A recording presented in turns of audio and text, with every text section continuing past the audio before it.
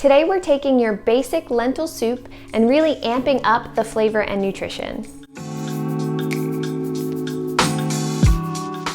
Just because you're on a budget doesn't mean you don't deserve delicious and nutritious food. I'm going to walk you through how to make this recipe, but as always, the full recipe is linked in the description box below.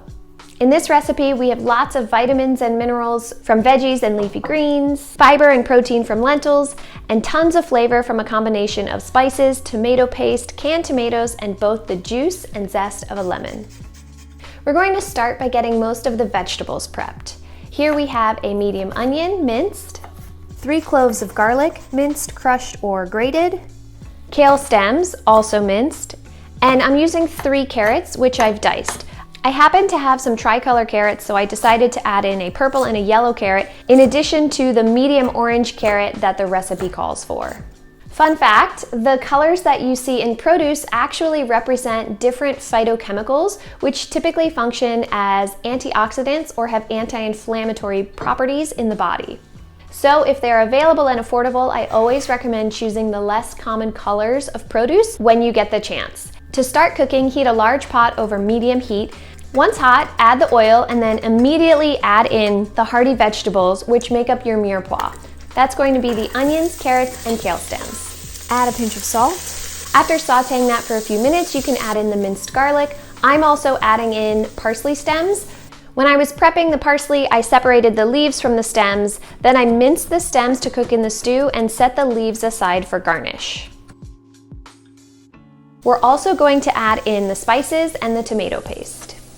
For our spices, we're using salt, ground cumin, thyme, or you can use an Italian seasoning blend, turmeric, red pepper flakes, and freshly ground black pepper. Remember to always use black pepper with turmeric in order to activate the anti-inflammatory compounds found in turmeric. Stir that well and let it cook for 30 to 60 seconds just to bloom the spices and cook off the tomato paste. Next, we're going to add in the lemon zest. I like to zest a whole lemon for this recipe, but if I have extra lemon zest stored in my freezer, I'll add a little extra.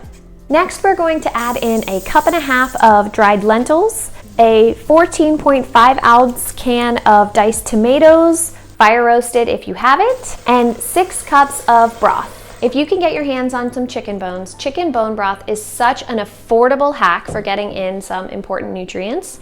Now, this recipe is otherwise vegan, so feel free to use veggie broth if that's your preference, but chicken bone broth can be made overnight in the slow cooker from bones and scraps. And if you make rich gelatinous bone broth, it contains 8 grams of protein per serving. I will link to my favorite slow cooker chicken bone broth in the description box below. Bring your stew to a boil, then reduce it to a simmer.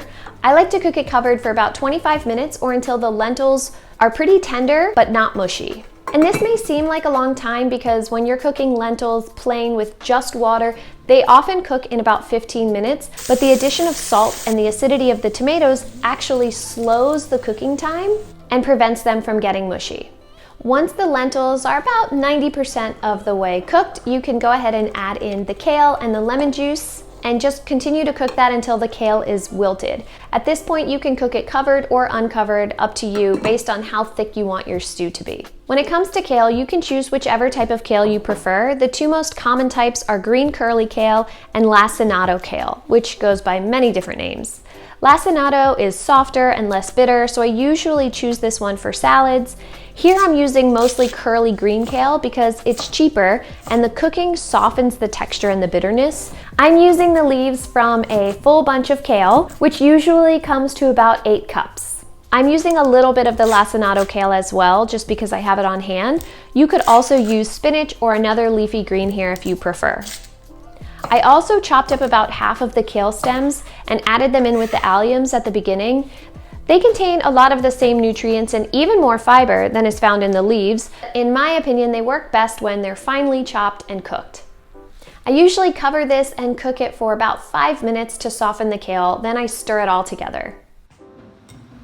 This dish is ready to serve right away, garnished with some parsley and some additional lemon if you'd like.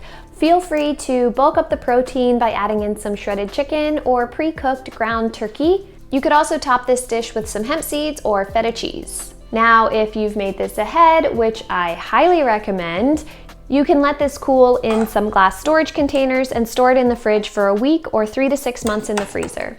To reheat this, just warm it up in the stove or in the microwave. As written, this recipe comes to about $5.92 in total, coming to $1.48 per serving. This recipe makes 4 large, very filling servings, or 6 smaller servings that can go alongside a main dish. Okay, and now it's time for the taste test. Oh my gosh, it's so good. It has so much flavor. It's just lentils and veggies and spices. I really think that the lemon is probably key to this recipe, although the depth of flavor also comes from that tomato paste, and that cumin is really warming. So good, so simple, so budget friendly. I love this. I really recommend that you give it a try. It's lunchtime over here, so I'm gonna go ahead and enjoy this. As always, thanks for being here, and I'll see you in the next video. Today we're taking your basic lentil soup and really just because you're on a budget, or until the but they work best when, okay, it's fine.